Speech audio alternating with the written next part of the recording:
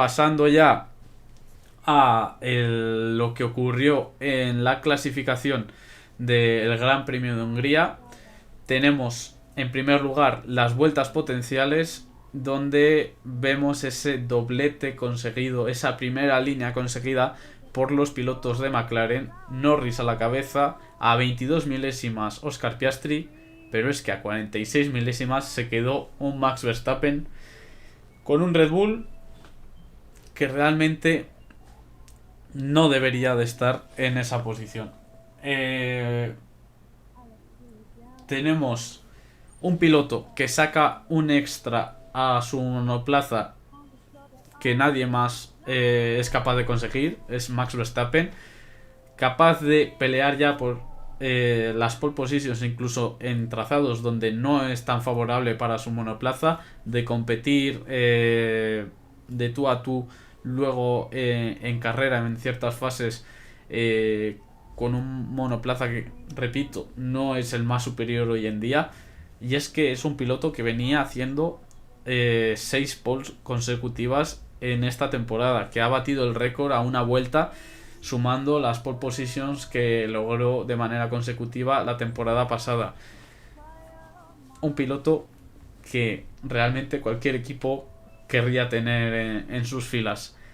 Ya en el segundo escalón y asentándose como realmente cuarto equipo, porque a una vuelta sí que se ve un poco más competitivo el Ferrari que el Mercedes, quizás sobre todo en circuitos de curvas lentas, pero luego en carrera ya le hemos visto que tiene algo más de problema para mantener el ritmo y seguir una pelea un mano a mano con Mercedes. Tenemos a Sainz a más de 4 décimas de segundo, a medio segundo a Hamilton, a 6 décimas a Leclerc y a Fernando Alonso en vuelta potencial. Que esa es la buena noticia. El Aston Martin alcanzó en esta ocasión, se acercó a ese grupo de top 4, a ese grupo de cabeza, al menos a una vuelta, con un muy buen primer sector, también para Sainz, también para Verstappen. Primeros sectores que les dieron una pequeña ventaja, pero que no era el tramo más determinante del circuito de Hungaroring. Donde realmente había que apretar y donde realmente se hacía el tiempo era ese segundo sector, que es donde McLaren aplastaba a sus rivales. 26-3 para Norris, 26-4 para Oscar Piastri, 26-5 para Verstappen. Es que es una décima ya que saca cada uno de los pilotos según el orden, y ya el resto están en 26-7, 26-8 o 26-9. Es una barbaridad las diferencias que se hacían en ese segundo sector, que era el más revirado, el que más curvas tenía y el que tenías que combinar todo el rato velocidades, fluir entre los 120, 180 km por hora. Al final acababas con una de las curvas rápidas que tiene Hungaroring, que es esa T11, y donde es muy importante mantener la estabilidad lateral y tener esa fluidez que te permite seguir la línea sin problemas, sin volantazos y sin sobreconducir. Hay que recordar también que esta clasificación comenzó y estuvo constantemente con la amenaza de la lluvia.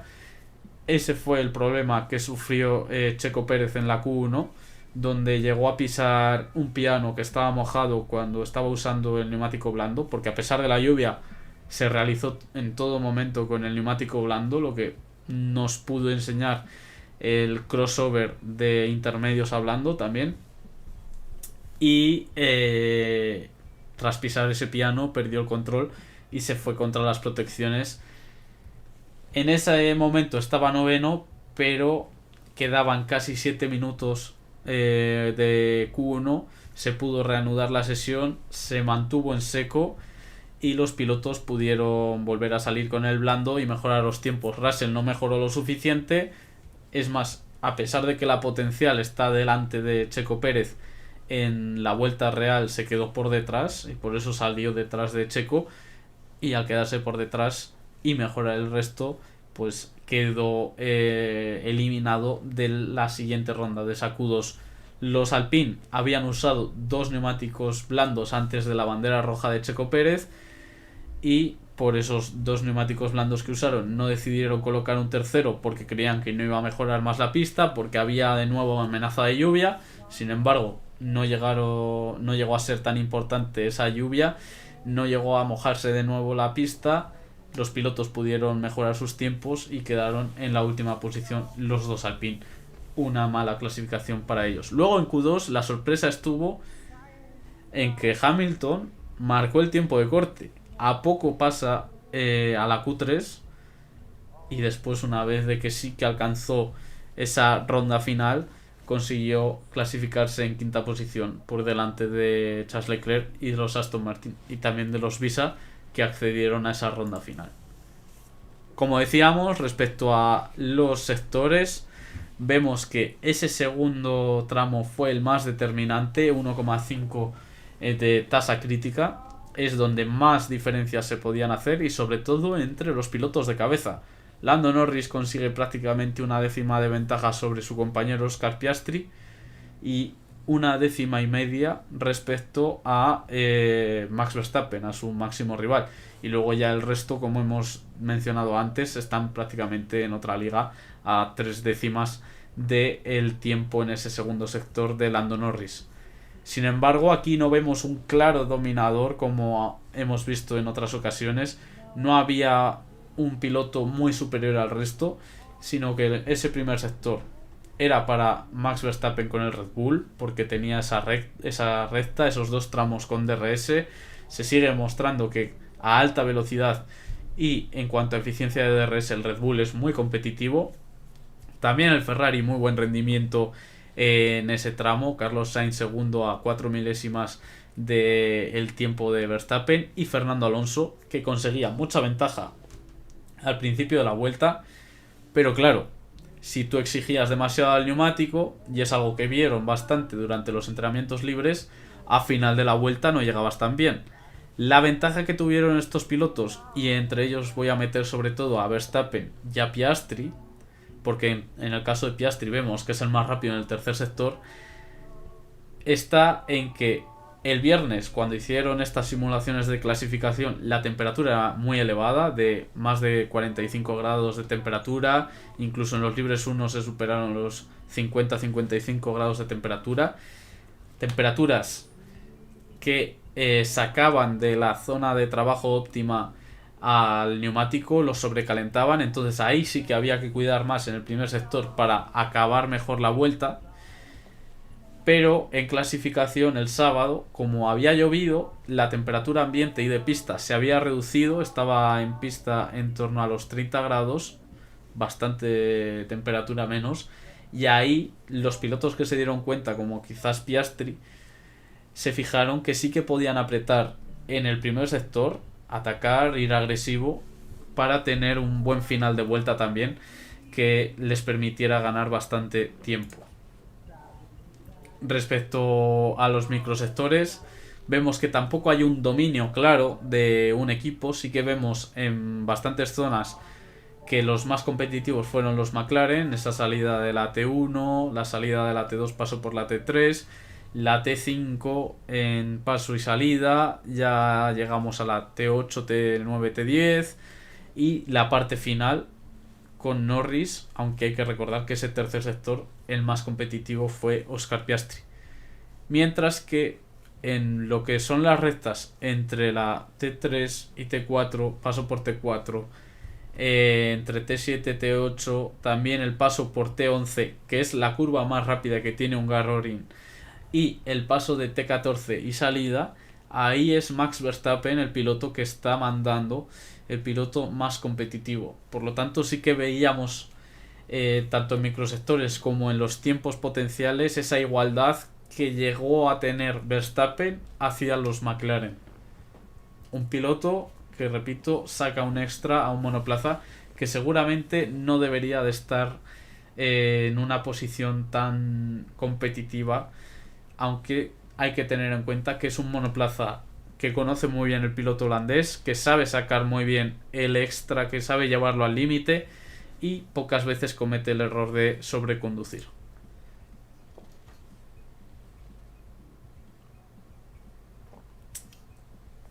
respecto a las comparativas en esa pelea por la pole position. En primer lugar, tenemos el duelo entre Lando Norris y Max Verstappen. Lo que veíamos en los tiempos potenciales en el primer sector, por ir más agresivo al gas, Max Verstappen levanta un poco más tarde el gas y frena un poco más tarde que Norris. Frena un poco más fuerte, más agresivo en esa primera curva y luego va más directo al gas. Consigue casi 2 décimas de ventaja sobre Lando Norris. Un poquito más también en la segunda curva, por repetir prácticamente lo mismo. Apura un poco más esa frenada y sobre todo va más directo al gas en salida. Consigue llegar a la T4 con casi 3 décimas de ventaja sobre Lando Norris. El problema es que llega a la T4, tiene un buen paso por la T4, como hemos visto en los microsectores, que es el más rápido, pero ahí empieza a dejarse tiempo, de ahí en adelante. T5, mejor velocidad mínima del McLaren, a pesar de que Max Verstappen busca antes el gas de manera progresiva, pero ya lo busca desde antes. En T5 recorta, y en esa salida de curva recorta prácticamente esas 3 décimas Lando Norris. Llega a la T6, T7, donde tiene mejor paso el piloto británico que el holandés.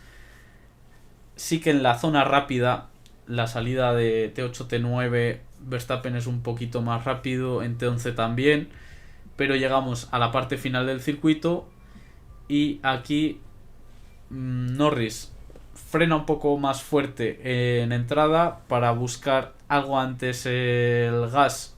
Diferencias muy pequeñas, pero es que sí que se ve como el McLaren tiene más facilidad para girar que el Red Bull, sobre todo en estas curvas de media y baja velocidad, por debajo de 150 km por hora. Y es algo que en entrada le da un pequeño plus al McLaren. En salida quizás pierde un poco por tracción, pero se iguala rápidamente esas diferencias, terminando con esas 46 milésimas de ventaja de Norris respecto a Max Verstappen. También me gustaría estudiar la comparativa entre Norris y Sainz para ver a cuánto se quedó el piloto español que terminó cuarto, a cuánto se quedó de esa pole position, y que de haber peleado realmente por el mejor tiempo a una vuelta le hubiera permitido, aunque no lo hubiera conseguido, le hubiera permitido estar en la primera línea de parrilla o en el top 3. En definitiva, haber mejorado alguna posición, porque el piloto de Ferrari acabó cuarto el sábado. Lo que volvemos a ver es que de nuevo va más agresivo en el primer sector, un tramo donde Lando Norris buscaba cuidar un poco más el neumático, no sobrecargarlo demasiado. Consigue un par de décimas de ventaja en la entrada en la primera curva Carlos Sainz, pierde un poquito en salida. En T2 prácticamente se mantienen las diferencias, también por el paso por T3. Llega prácticamente al final del primer sector con una décima y media de ventaja Carlos Sainz sobre Lando Norris, pero de nuevo llegamos a la zona Lando Norris. En este caso sí que en la cuarta curva tiene mejor paso Norris que Sainz, recorta ahí un poco de tiempo, pero sobre todo de T5 a T8 es donde mejor fue el McLaren de Norris y consigue ya ponerse por delante con una décima de ventaja sobre Carlos Sainz. La curva rápida está bastante igualada entre el Ferrari y el McLaren, ligeramente más lento el Ferrari en cuanto a velocidad mínima, a velocidad de paso. Y ya llegamos a la parte final, donde Lando Norris levanta y frena un poco antes, pero consigue tener un poco más de tracción porque gira más fácil de nuevo el McLaren que el Ferrari. Son curvas largas donde esa facilidad de giro que tiene el McLaren le permite salir recto antes y ganar un pequeño tiempo que le deja pues prácticamente con medio segundo de ventaja sobre el mejor de los Ferrari.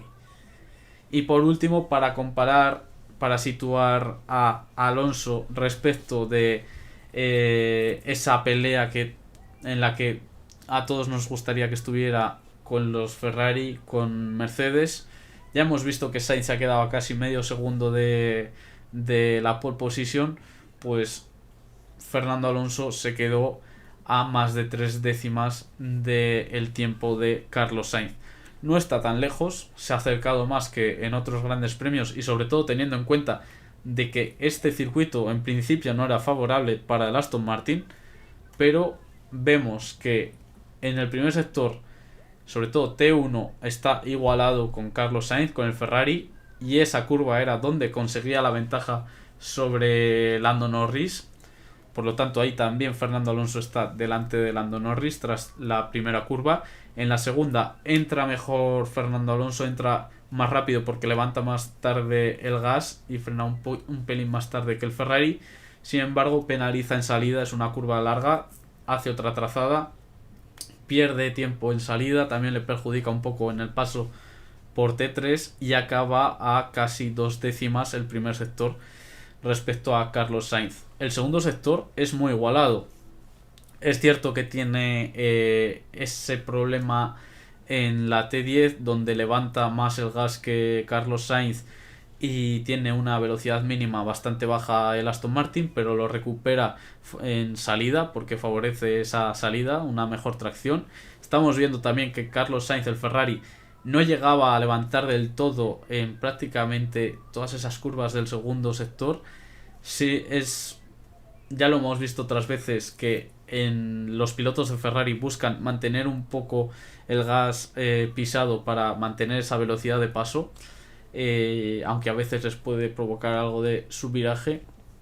Y luego donde más tiempo perdía Fernando Alonso era ese tercer sector, que se deja otras 2 décimas por la T12, que frena muy pronto y frena demasiado, algo que ya veíamos en otro tipo de curvas lentas como la T7 de Silverstone, también en la T12 de Montmeló. Ese tipo de curvas no le funcionan al Aston Martin, le cuesta más girar, es lo contrario al McLaren. Tiene muchas más dificultades para girar, son curvas largas y lentas y no tiene ese grip necesario para colocar el coche tan rápido como quisiera el piloto. Tiene que frenar más, tiene que frenar muy pronto y acaba penalizando y perdiendo ese tiempo, como vemos.